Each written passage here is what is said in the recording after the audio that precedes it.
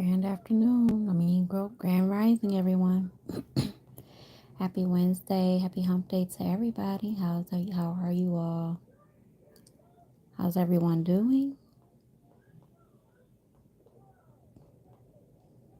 So, if you're listening to the replay, I'm just going to give it a few minutes to allow some people to get on. And I'm going to share this out. Let me make sure that my chat is working too. Hopefully so. Hopefully. Let's make this pop.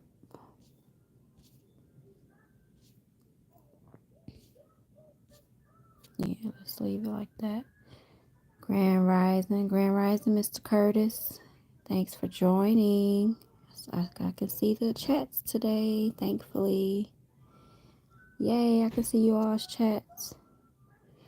So, Grand Rising, I'm going to share this out to a few people on some social media sites. So, give me a moment. How are you all?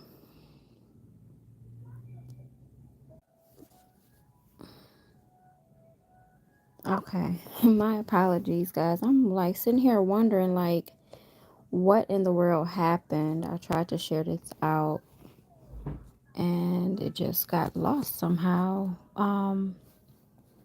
So I had to put my phone on do not disturb because every time I'm trying to do something, it's stuff popping up, and I made a mistake and clicked on a YouTube video which started playing, and I'm thinking I lost my live, but apparently I'm back, so sorry about that. How is everyone doing on this beautiful Wednesday?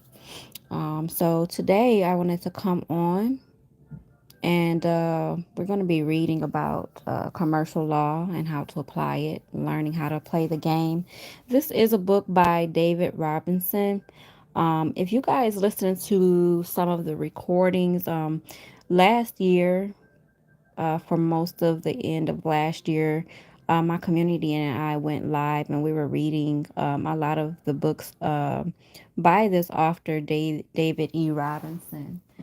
There was another book called New Beginning Study Course. This is a book that we read. So you guys can go back and listen to that because it has a lot of information in here as well. But this is one of David E. Robinson's books. And if you want to pick that up, you can get that on Amazon as well.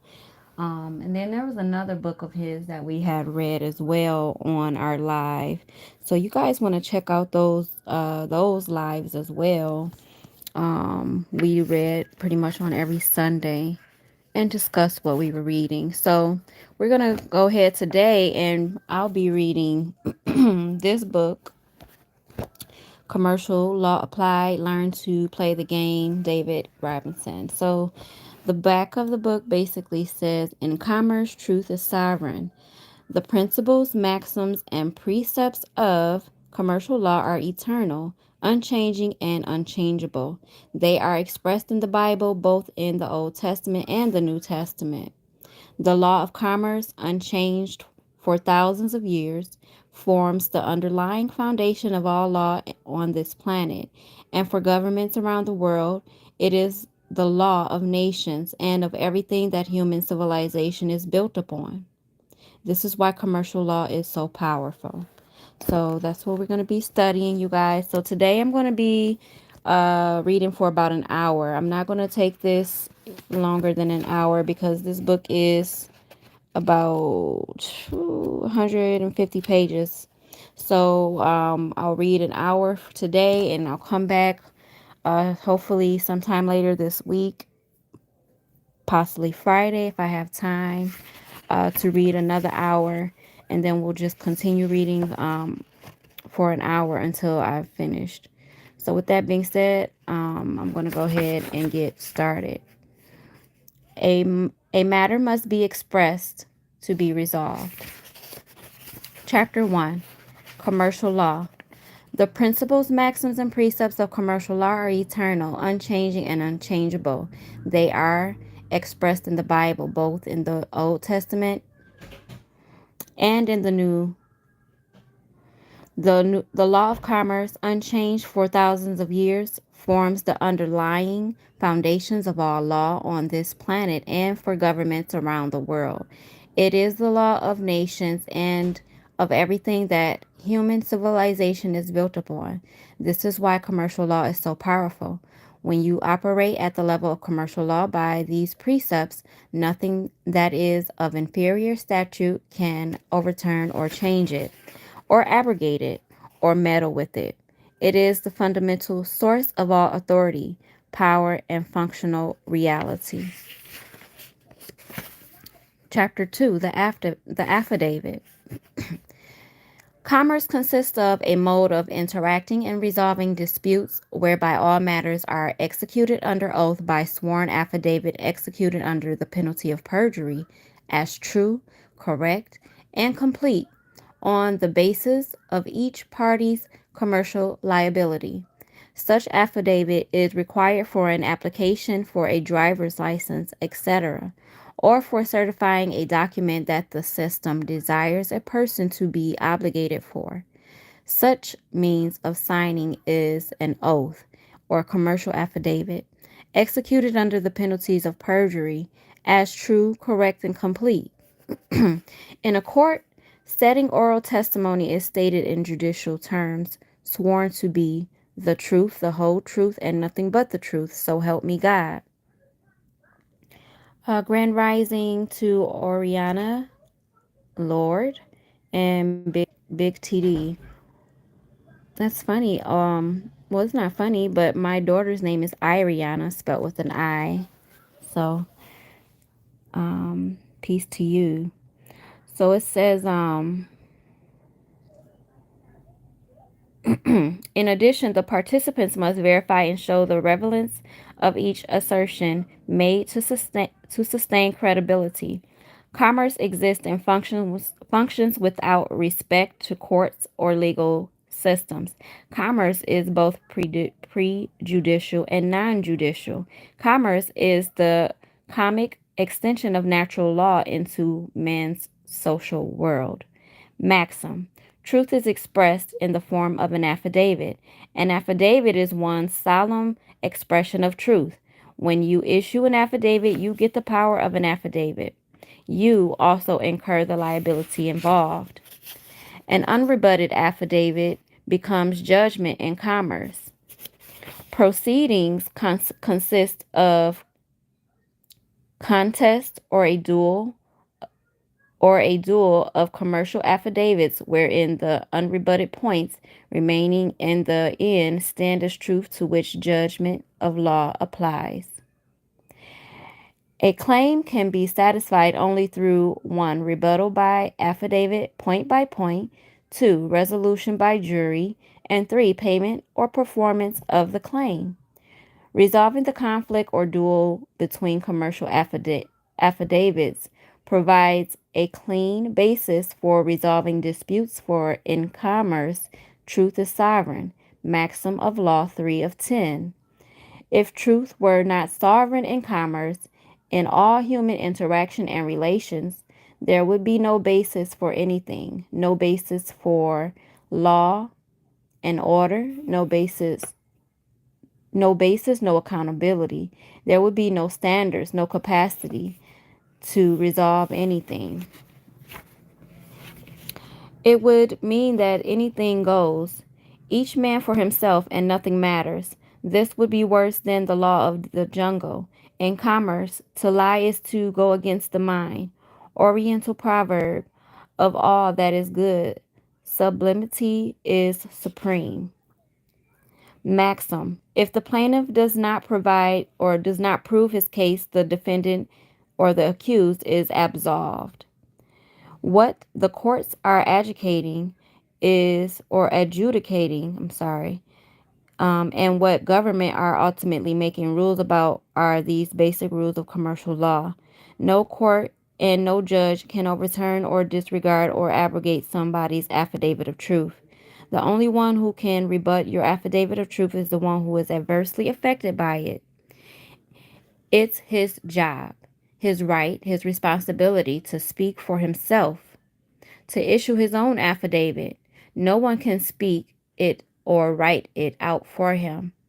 Commercial law maintains the commercial harmony, integrity, and continuity of society to maintain the peace and dignity of the state. Over the millennia, these principles have been discovered through experience and distilled and codified into these 10 fundamental maxims of commercial law. There is no legal issue or dispute possible which is not a function of one or more of these principles. The entirety of the world's commerce now functions in accordance with the Uniform Commercial Code, or UCC, the corporate United States version of commercial law. And I'll let you all get a screenshot of these biblical sources. Definitely want to study those. Okay. And I'll let you all get a screenshot of these maxims of laws, the 10 maxims of laws. All right. So let's read the 10 maxims of laws.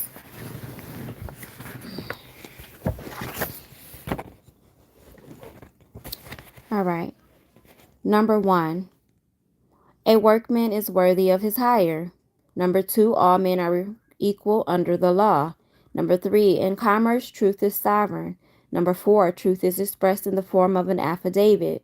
Number 5 is an unrebutted affidavit stands as truth in commerce. Number 6 is an unrebutted affidavit becomes judgment in commerce. Number 7 is a matter must be expressed to be resolved. Number 8 is he who leaves the field of battle first loses by default. I mean, this stuff it's common sense, y'all. Number 9, sacrifice is the measure of credibility. And number 10 is a lien or claim can be satisfied only through rebuttal by affidavit, point, by jury, or payment or performance. So these Bible sources basically sync up with each maxim of law. So if you guys can get that together, I'll let you get that together. You can study those together, okay? All right.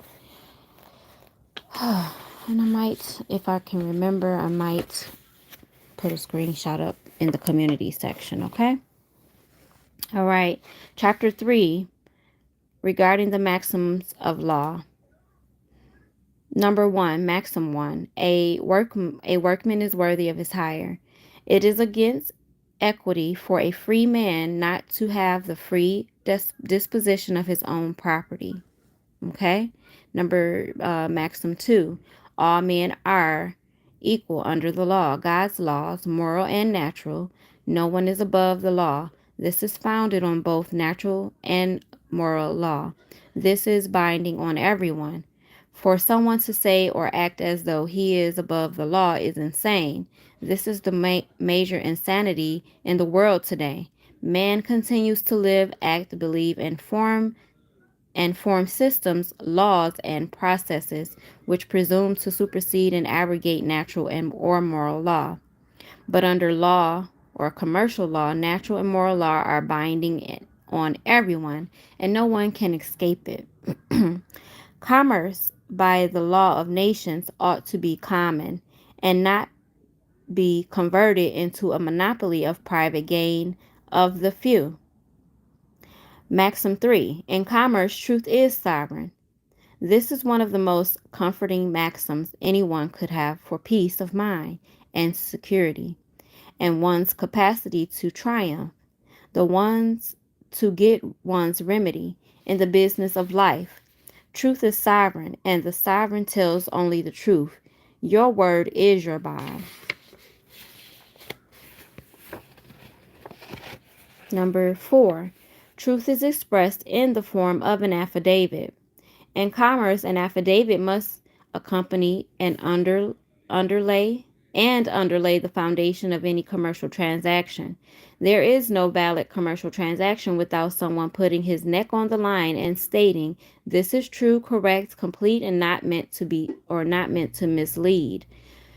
When you issue an affidavit, it is a two-edged sword that cuts both ways. Someone must take responsibility for saying that it is a real situation. It may be called a true bill, as they refer to an affidavit in the grand jury.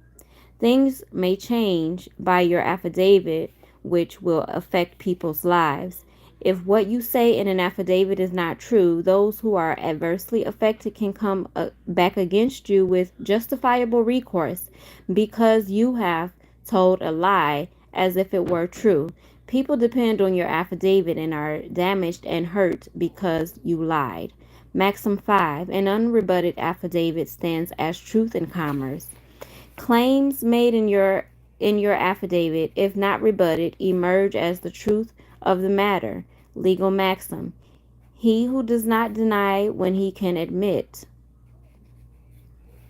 Maxim 6. An unrebutted affidavit becomes judgment in commerce.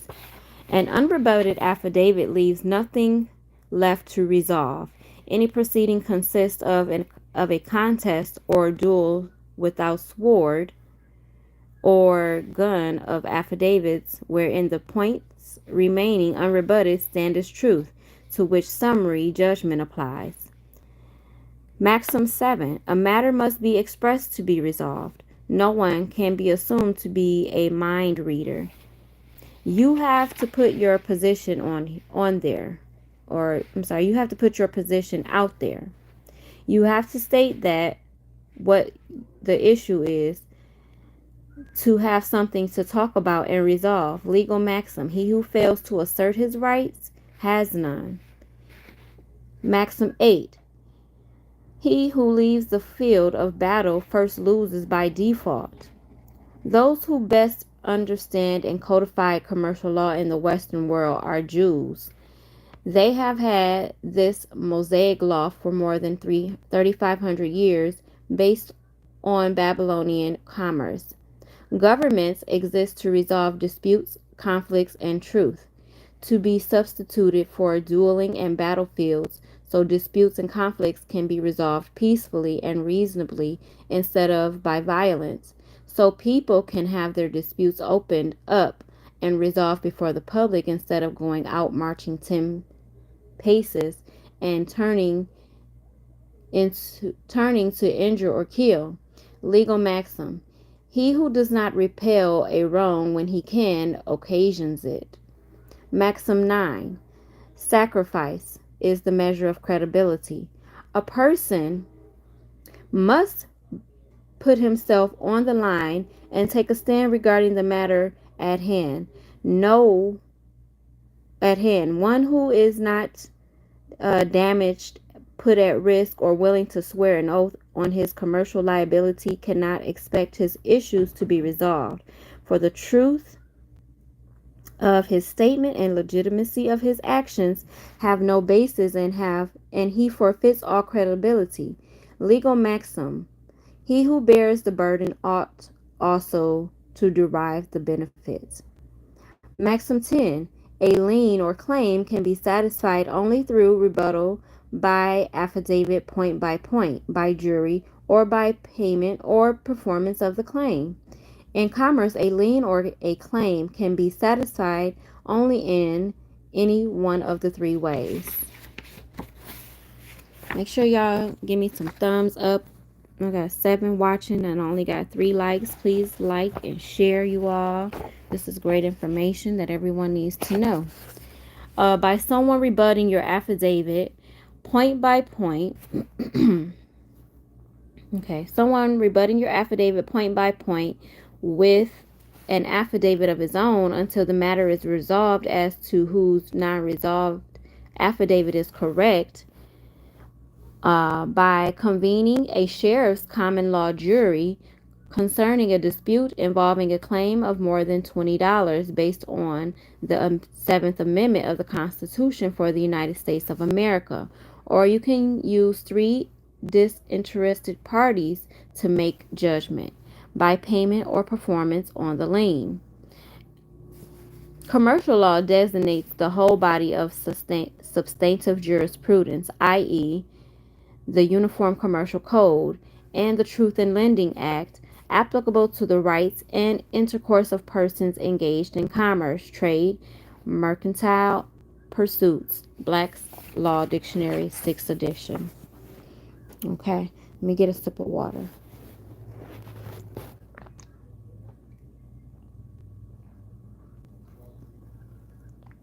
Okay. Chapter 4, Assessment. In commerce, there is the assessment aspect and the collection aspect. Assessment is who owes and what, why, how, and for what reason. The collection aspect is based upon international commerce that has existed for more than 6,000 years. The collection aspect is based upon Jewish law and Jewish grace period, which is in his units of 3 days, 3 weeks, and 3 months. This is why you get 90-day letters from the IRS. Commercial proceedings are non-judicial. They are summary processes that are short, concise, without a jury.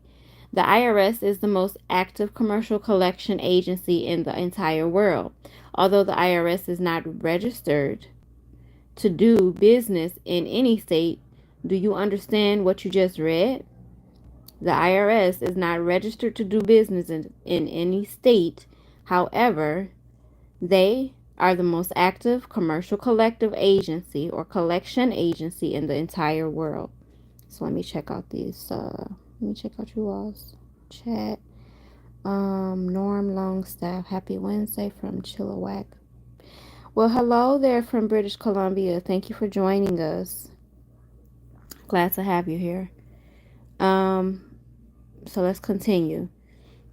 The IRS is not registered to do businesses in any state. So how do they get all the money they get? Because you gave it to them without demanding proof of their claim, or even if they are licensed to give you offers, bills based on illegal, arbitrary, or estimations. There is no valid assessment. The IRS cannot issue a valid assessment. The IRS has never issued a valid assessment, lien, or of levy. It is not possible. First of all, there would have to be paperwork, a true bill in commerce. There would have to be a sworn affidavit by someone that an assessment is true, correct, and complete, and not meant to deceive, with which in commerce is the truth, the whole truth, and nothing but the truth in the court of law. Nobody in the IRS is going to take commercial liability for expressing themselves to a lie and have a chance for people to come back at them with a true bill in commerce, a true accounting of their default. This means that they would have to set forth the contract, the foundational instrument with your signature on it, in which you are in default, and list the goods or services that they have provided to you, which you owe them for, a statement of all the damages that you have caused them, for which you owe them something. No one has ever received goods or any service from the IRS. The assessment phase of the IRS is non-existent. It is a complete fraud. This is why the rules of commercial law come to our rescue. This is the beginning, and this is the end. This closes the circle on the process. Boom. Chapter 5, the crime. One reason by the super rich bankers and the super rich people in the world have been able to steal the world and subjugate it and plunder it and bankrupt it and make chattel property out of most of us is because they know and use the rules of commercial law, and we don't. Period. We don't know the rules nor use them. We don't know what the game is. We don't know what to do to prevent the theft. We don't know how to invoke or protect our rights, our remedies, and insist on recourse. We do everything under the sun except the one and only thing that is the solution. How sad. No one is going to explain to you what and how that is happening to you. That will never happen. The powers that be will not divulge the rules of the game. They get away with fraud and steal everything from the people because no one knows what to do about the crime. What can you do about it? Well, you can issue a commercial affidavit. You don't have to call it that, but that's what it is. You can state in your affidavit that if I have never been presented with any sworn affidavit that would provide validity of your assessment or to your assessment, and it's my understanding and belief that no such paperwork exists. At the end of this document, you can put implicit demands up on them. It says you can put implicit demands upon them. Then you can state, you should consider, consider my position in error.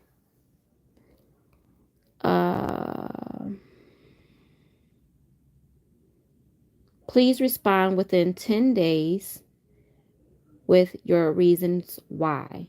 Okay. Now, they have to come back with an affidavit that rebuts your affidavit point for point. Okay, this thing is distracting me. It keeps telling me to rotate my device. I'm sorry about that, you guys. That's why I keep pausing. So it says now they have to come back with an affidavit that rebuts your affidavit point for point, which means that they have to provide the paperwork with real assessment, the true bill in commerce, the real sworn affidavit that would make their assessment or claim against you valid. No agent or attorney of a fictitious entity can sign any affidavit for the corporation. How can they swear as fact that the corporation has done or not done anything? They do not have legal standing. They cannot and never will provide you with this. This means that your affidavit stands as truth in commerce. Okay?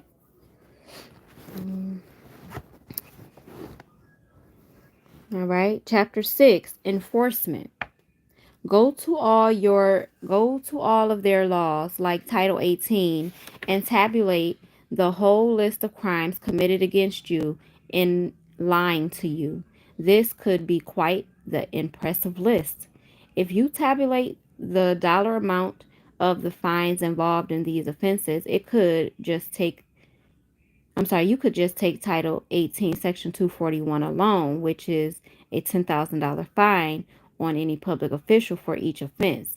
This means that for every violation of the Constitution or commercial law, there could be 30 to 40 of these just in Title 18.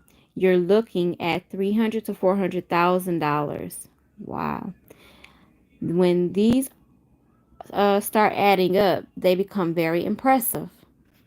Now, attach this criminal accounting to your affidavit and file it in a criminal complaint file it as a criminal complaint with the state attorney. This is like putting the fox in charge of guarding the hen house, but that doesn't matter. Now, attach your affidavit and criminal complaint to a commercial lien because by their own laws, value system, and penalties, they have hung themselves. When you lien them for those amounts, they can't come back and say, well, these are out of nowhere. They're unreasonable because they came out of their own code, so they can't say they're unreasonable, you guys. Now take your commercial lien to the Secretary of State and file it as a UCC1 financing statement. Then file this lien against every agent individually. The criminal complaint is optional. They cannot hide behind the corporate state, this fictional entity created by man to engage in perfidious actions which they could not otherwise do. So I'm gonna pause right here because over the past couple of months, I talked about a gentleman who's came on the scene who I do identify as our white Jesus. But his name is Christopher Hauser, and you guys can look him up on YouTube as well. He's a very great gentleman, very down to earth and knowledgeable about these things as well, and is a great teacher. So he was talking about, he taught us how to do the conditional acceptance, and that's basically what this is talking about. It is called a conditional acceptance. So I do, and I am familiar with how to write up a conditional acceptance. And a conditional acceptance is extremely powerful because, like it said in this book, more than likely they're not going to respond back to your affidavit or your notice that you're sending to them. And so once that happens, then you can attach your conditional acceptance to a lien, and then as it's instructing you to. Now, this part, as in regards to the UCC1 financing statement, that's something new that I'm just starting to learn about, but it's very interesting to hear him or hear this or read this in this book to say to go take that to file it as a UCC1 financing statement. And now that I'm thinking about it, this is actually, yeah, I'm not going to go too deep into that. Yeah. So, but yeah, this is something pretty much along the same line. So if you guys go listen to Christopher Hauser as he talks about the conditional acceptances and how powerful they are and how it helps him to get like $12 million from his wife's estate who was coming after him for child support, then you'll see how powerful it is. So he not only was able to retrieve money from his wife's from his ex-wife's estate, but he was able to collect it from public officials' estates too. I think he liened each individual person for $4 million, and so it was like four people that he liened in his conditional acceptance. And so when he did that, and they did not rebut his affidavit, that gave him every right to then place a lien on them and go after his money. And he got it. And so now he's a millionaire. And now he's teaching people how to get out of prison, teaching veterans how to get access to their monies and all type of stuff. So very, very, very great gentleman. And like I said, he's the white Jesus for real. The real white Jesus, if you ask me. You can use this same collection process against the IRS just as the IRS uses it against you. All the attorneys, judges, and the people who came against you, this is a lot of gobbledygook, but they soon learn that your affidavit of truth is valid and enforceable against them. They will find that things become more and more uncomfortable with each passing day. Even judges will think that this doesn't matter because they can. I thought he didn't get the money because he's still going to court. Well, that's a whole separate case, Amanda. So Christopher Hauser has had more than one case going. Perhaps you guys need to go back and listen to him again and replay it, take notes, listen to him over and over again, because that's what I did in the beginning until I got an understanding of what was actually going on with his issue and all of the information that he was attempting to share with us. So you might want to listen to it again. But no, he did get a payout on that claim or that lien, but he has had several things that he's been working on. So I know he's showed you all several types of different documents in his videos, but you guys need to kind of use some common sense and put two and two together sometimes. Because nobody should have to always tell you guys exactly everything. Like, some things are just common sense, especially if you are paying attention and doing your due diligence. However, they will find that things become more and more uncomfortable with each passing day. Okay, there's only one way that they can be relieved. Dang, did I just skip a whole? Even judges will think that this doesn't matter because they can get another judge to remove your paperwork against them. Agents who think they can hide behind the sovereign immunity of the government, behind all their power and prestige, all their attorneys and the capacity to get the courts to do whatever they wish is going to save them. None of these have any effect on your process. There is only one way that they can be relieved, and that is to come forth with their own affidavit that rebuts your affidavit point by point and proves you wrong. If if they should get into court or before a jury, that's not going to good do good I'm sorry, that's not going to do them any good, because the same battle of affidavits still exists. This means that the conflict between affidavits is now fought out in the open. And this is embarrassing to them because they are not going to change anything. This will simply do them more harm. The only way for them to settle your claim is to pay it. If they don't satisfy your claim, you can give them a grace period, and at the end of 90 days, you can transform the Secretary of State into your accounts receivable office. And so this is what Christopher Hauser did, and this is what he's teaching everyone to do with the conditional acceptances, okay?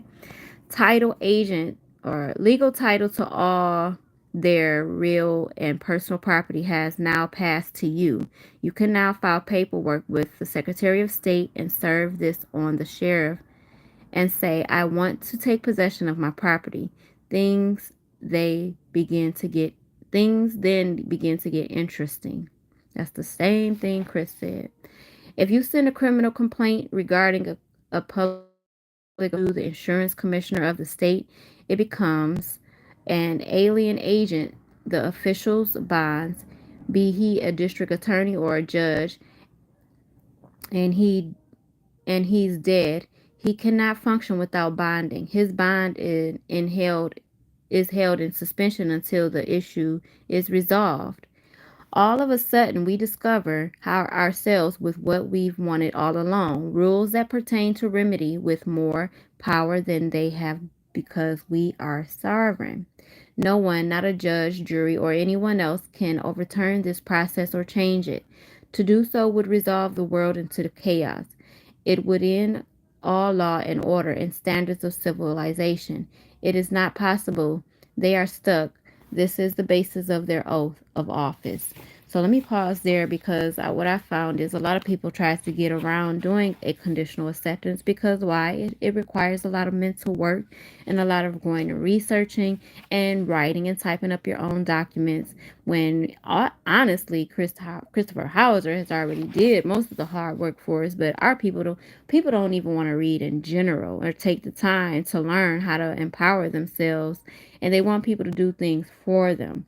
So I'm here to tell you all, if you're listening to me, and if you have any plans of connecting yourself to me, any type of way, joining my group or anything of that matter, definitely don't come with that type of mindset, because you have to do the work. You have to stand on your square, because the reason why things are happening to us is because we allow them to happen, because we're not doing what the necessary things to come after these people and put them in their proper place. So with that being said, you can't be crying about it at all.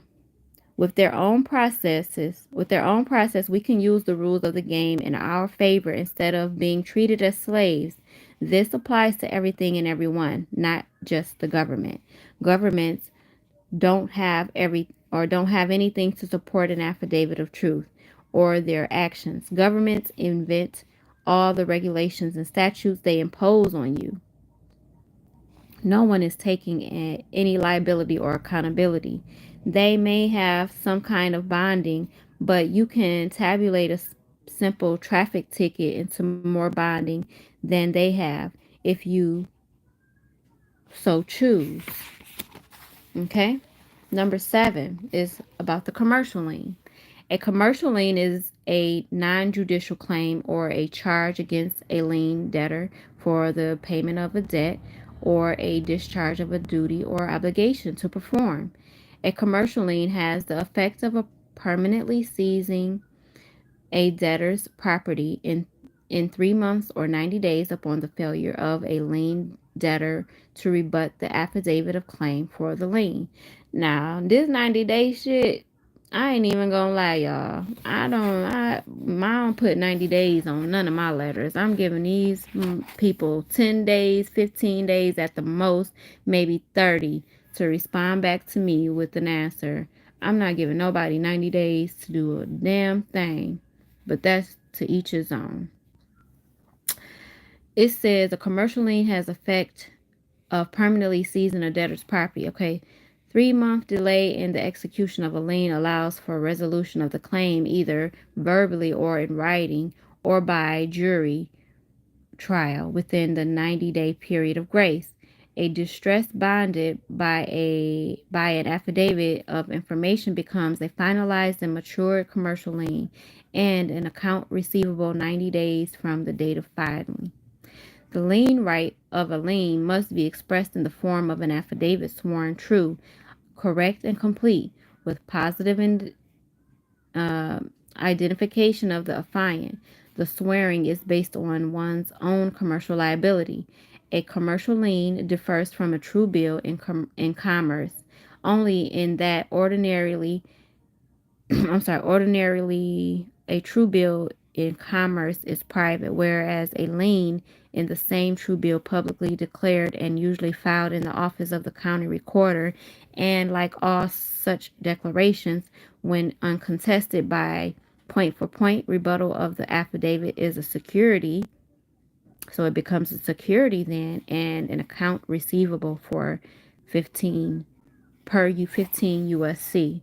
So you guys want to look up 15 USC, okay? United States Code. Let's check the chat.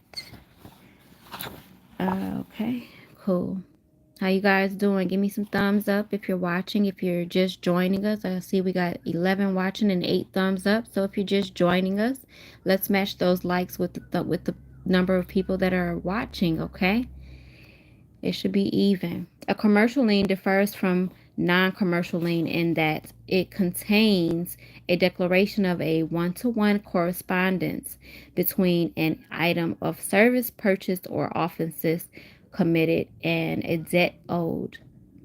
A commercial lien does not require a court process for its establishment. However, a commercial lien can be challenged via the 7th Amendment jury trial and must not be removed by anyone except the lien claimant or a jury trial properly constituted, convened, and concluded by due process of law. Thanks for the likes and thanks, and you're very welcome. Who was that? Norm Longstaff. You're very welcome. Hey, Cabria, how are you? A commercial lien cannot be removed by a summary process, i.e. by a judge's discretion. A commercial lien or distress can exist in ordinary commerce without dependence on a judicial process and is therefore a non-common law instrument unless challenged in a court of common law, whereupon it converts to a common law lien. A commercial lien must always contain an affidavit in support of claim of lien and cannot be removed without a complete rebuttal of the lien's claimant affidavit point by point in order to overthrow the one-to-one correspondence of the commercial lien. No common law process can remove a commercial lien unless that common law process guarantees and results in a complete rebuttal of the lien claimant's affidavit categorically and point by point in order to overthrow the one-to-one correspondence of the commercial lien. So I'm glad grab a glass of water. Enjoy your content. Nice comforter between. Oh, by the way, LOL, IE, I got the same one. Awesome. Thank you, Neil, the apostate.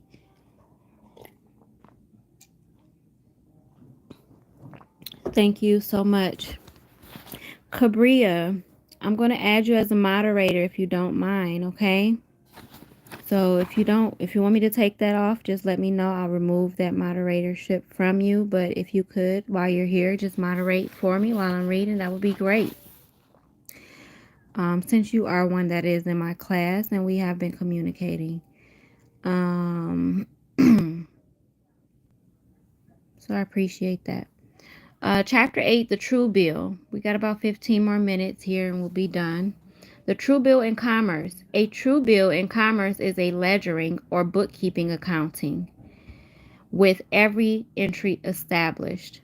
A true bill in commerce is your first affidavit, certified and sworn on the responsible party's commercial liability as true, correct, and complete, not meant to mislead.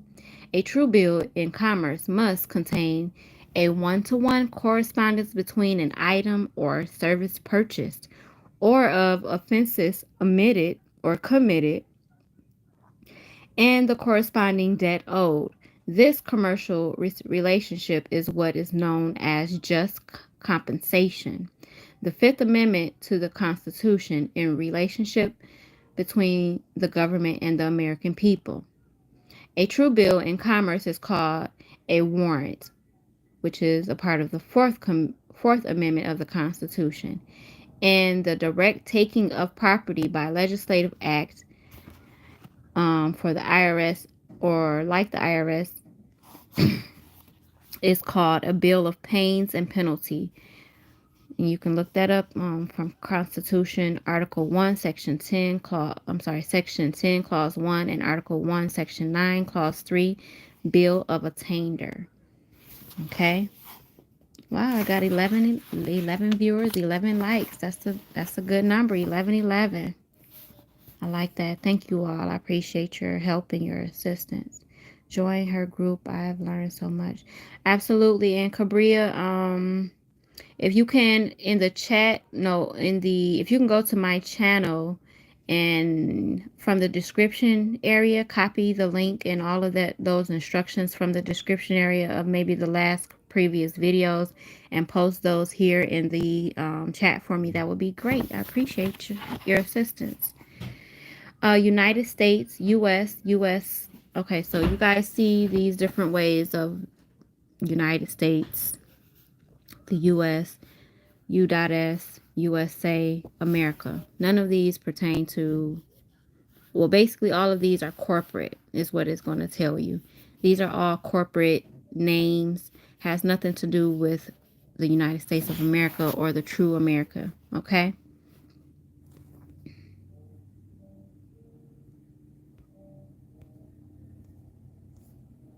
Great job you're doing. Continue doing a great job sharing with our people. Absolutely. Thank you, Mr. Robert Bay. Appreciate it.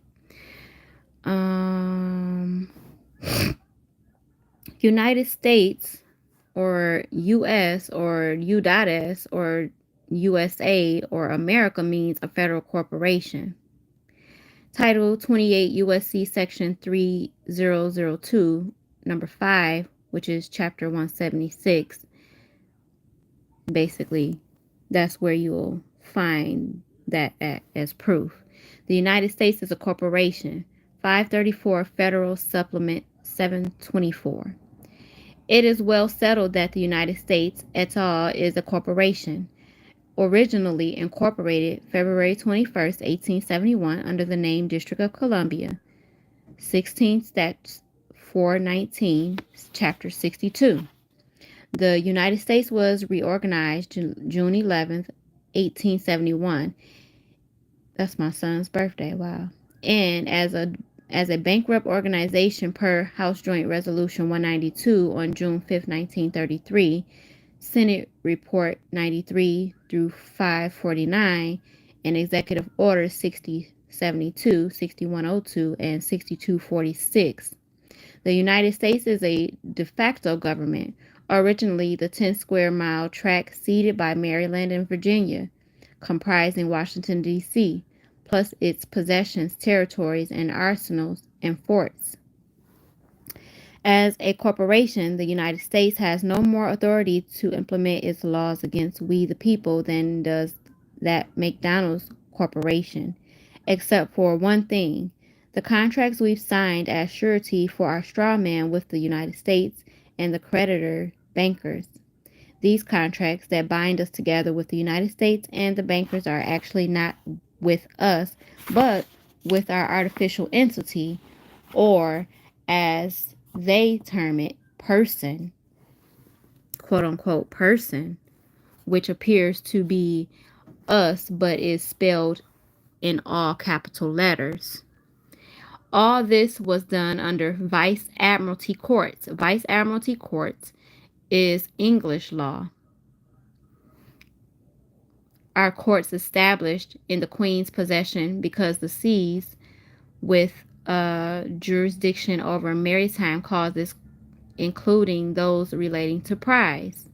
Let's check this out. It says, Woody says, yes, facts. We've been played our whole life. Absolutely, Woody. Facts.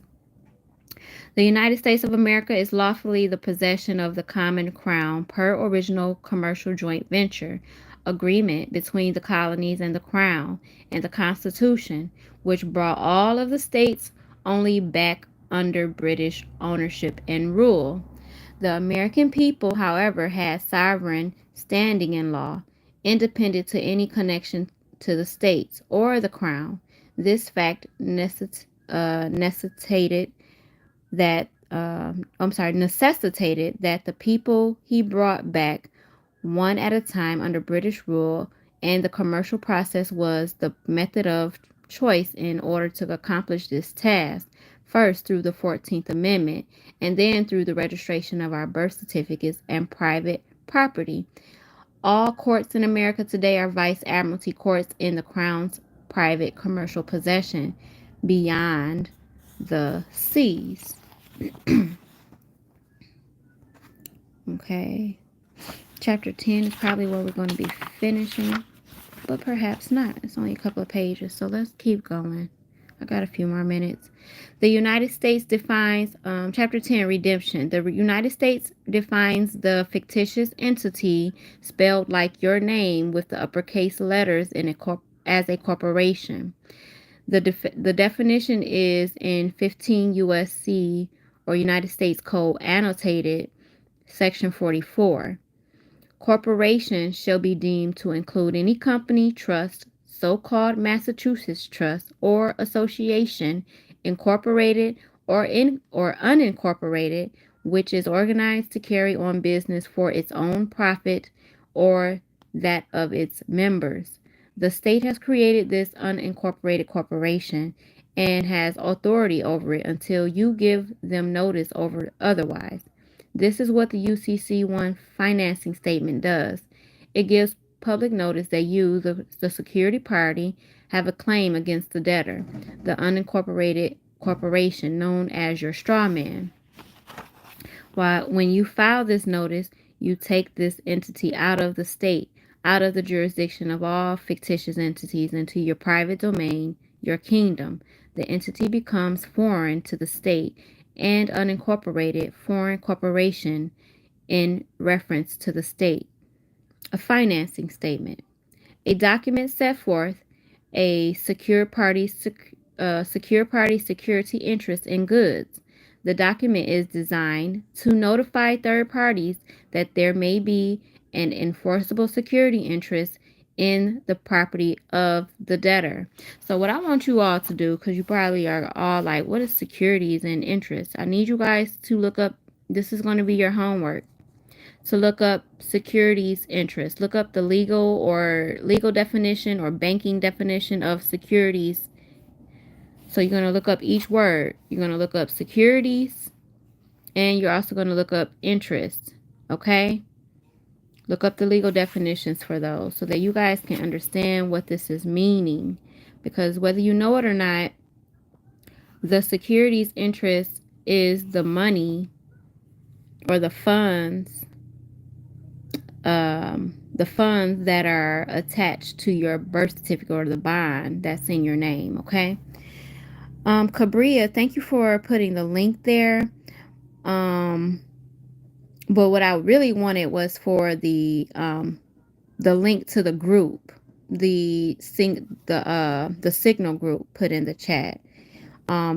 Inside of the description of like the last or previous videos, in the description area of the video, you should be able to copy and paste or copy that information from there and then paste it here to the chat. If not, then I'll just have to do it afterwards. And then I'll just show you how to do that next time. Okay. So, but thank you so much for your help. Okay. Let's see. It is not evidence of the creation of a security interest, and it is not itself a security agreement. It is filed by the security holder with the Secretary of State or similar public body, and as such becomes a public record. So basically, a UCC financing statement is a document that you're basically using to make a public record or a public notice of the fact that, you know, you're bringing yourself back. You're bringing yourself back to your proper status, and you're not the straw man. Okay. An agreement which security agreement, an agreement which creates or provides for a security interest between the debtor and a secure party. UCC 9105 H. An agreement granting to a creditor a security interest in personal property perfected by possession or by filing financing statements in the proper public records. Security interest. Interest in property obtained through a security agreement which provides that the property may be sold on the interest holder's default in order to satisfy the obligation for which the security interest is given. Often the word lien is used as a synonym for security interest. Okay? Although lien most commonly refers only to interest providing security that are created by operation of law, not through an agreement between the debtor and creditor. Okay? A security agreement must exist to file a UCC 1 financing statement, but it does not have to be in writing or attached to the UCC 1. The security agreement may be a verbal agreement. Since your strawman corporation cannot speak, how can it write or sign its name? In fact, you can still do all of the administrative procedures without filing a UCC 1 because you are a secure party and a creditor nevertheless, whether you file it or not. Filing a UCC 1 is more of your benefit than for anyone else, or is more for your benefit than anyone else, because it makes this subject more tangible to you and gives you confidence. You can create a separation between you and your straw man if you wish by applying for a trade name for your straw man corporation to avoid the criticism that you are contracting with yourself. Once this is filed, you will start receiving promotions in the mail advertising credit card machines that you can use in you or your new business. You will not need to do this, but this indicates that the corporate system now recognizes your straw man as a fictitious entity doing business for profit, a corporation. Go to the website of your state and apply for a trade name and a UCC 1 financing statement. A security agreement is not necessary as this is a private agreement between you and your corporation, your straw man. 3. Put the hospital where you were born as the address for the debtor, as this is where the corporation was created by the state. 3 or 4. List all the contracts you have signed for your straw man, such as driver's license, social security cards, marriage license, passports, etc. You're going to put that, I believe, in the collateral section. Number 5, reserve a number that will become your posted registered treasury account. This account will be set up by the U.S. Department of Treasury with the private man entitled U.S. Secretary of Treasury. It is important that you refer to this man by his name, such as Timothy Geithner, as you cannot deal with a fiction while in the private venue. The number will consist of the registered number that is printed on the red registered mail on the red registered mail sticker you get from the post office. So basically it's telling you that you're going to create a number, and that number is going to be from a red registered mail label that you get from the post office. Normally you should be able, well, not, I can't say normally, you should be able to go in there and ask for a roll, but the post office workers, they think that shit is theirs, so they try to place security guard over it like it belongs to them. But what I did was, here in Michigan, I couldn't get one from in my city in Detroit. So I went to the suburbs, and a pretty little nice white lady gave me a whole roll about 2 years ago. So I've had that for about 2 years, and that's where how I've been using my registered mail labels. Okay.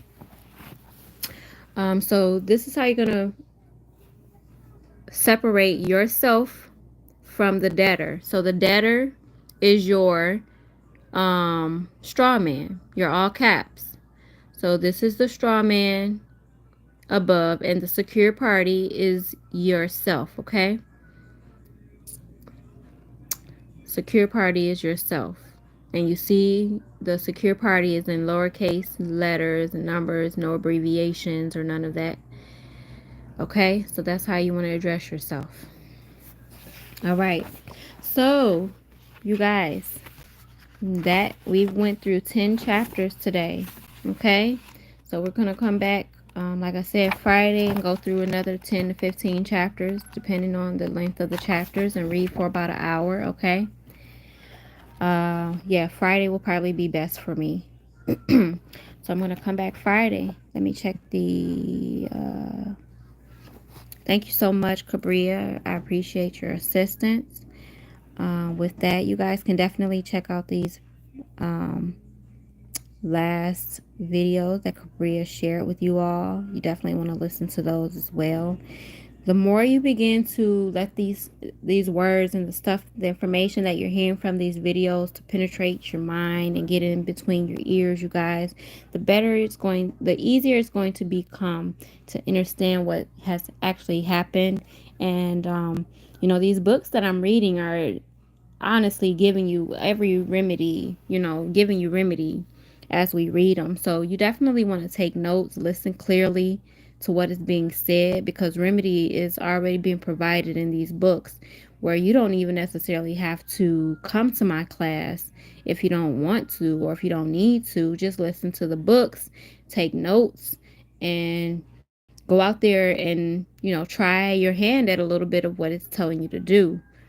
Do your due diligence at the same time. Do more research. Just don't take it for face value and say, oh, well, I'm gonna do what this book said. Go do more research. Hear it from other people's mouths. Okay, that's why I talk about other people on my channel. That's why I referred you all to Christopher Hauser. you know that was one of the persons. He just basically gave all of the answers that we've been all looking for. He just came out back in November and just let all of the whole cat out the bag. And he's been, ever since then, things have been definitely been getting better for all of us researchers who have been in this space, trying to figure out what's going on and how to get remedy and how to take care of our bills and things of that nature. So, with that being said, you guys, you got to do your due diligence. You got to research. And, you gotta, formulate groups. Start study groups with people. Y'all can come to my class. I'm putting a lot of information in there for you to study. I'm trying to give you guys assignments, homework assignments, so that when we come to class, we'll go over those assignments and information that was talked about in those different types of topics that I'm sharing with you all at the time. So, I'm trying to make this the best thing possible. I can tell you all this. If you study hard and you study strong for the next 6 months, you're definitely not going to have to go through the last 2 or 3 years that I've had to go through to find out how to get remedy for myself. Just stick with it. stick with me if you want to work with me.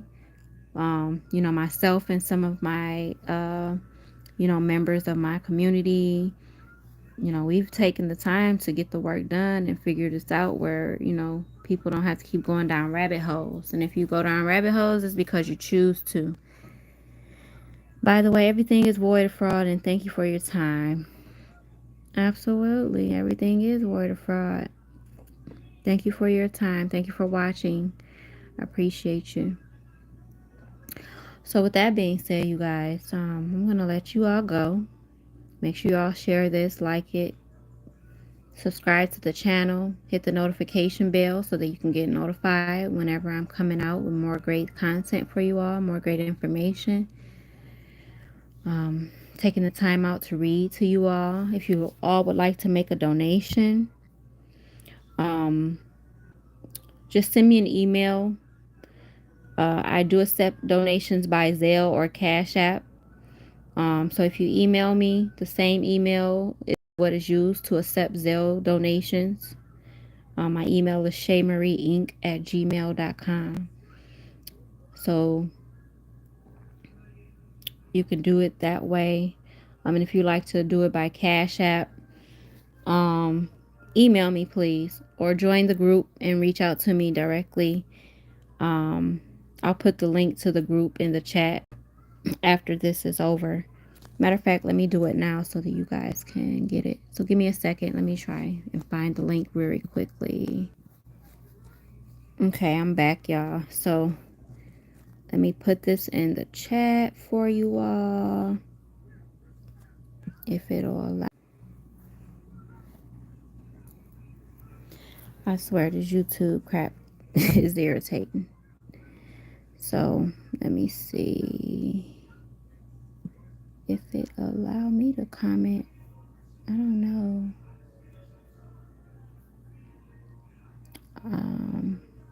Yeah, so I can't put nothing in here. So what I'm gonna do is I'll put it in the description area, you guys. All the information will be in the description area after I end this video. Let's rise to the top as a nation. Absolutely, Don Brown.